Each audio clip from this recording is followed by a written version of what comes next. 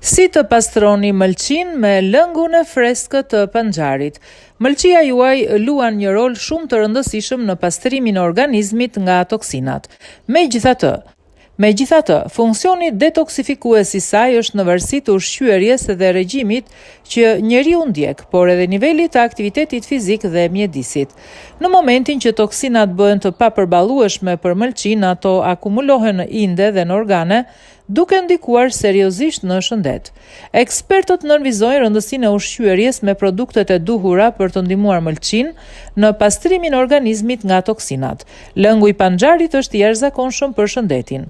Ai është shumë i pasur me vlera dhe ushqyes që e lehtësojnë punën e mëlçisë. Për një efekt shumë më të mirë pastrues, ekspertët rekomanduan kombinimin e lëngut të panxharit me karrota, mollë të kuqe, barishte, xhenxherfil dhe limon.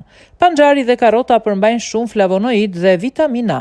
Mollët përmbajnë pektin që lehtëson pastrimin e organizmit nga toksinat dhe nxjerrjen e tyre nëpërmjet sistemit tretës.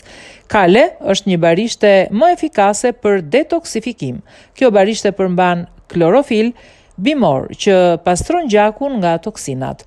Xhenxherfili është efikas kundër problemeve me tretje, ndërsa limoni ofron sasi të mëdha të vitaminës C, e cila gjithashtu ka efekt pastrues. Por si ta përgatisim lëngun e shëndetshëm për pastrimin e mëlçisë nga toksinat? Për përgatitjen e këtij lëngu ju nevojiten 3 karrota të lara dhe të qëruara, një panxhar i qëruar, 2 mollë të kuqe të lara dhe të prera, 6 gjethe kale, një copë e vogël xhenxherfil, gjysmë limon i qëruar.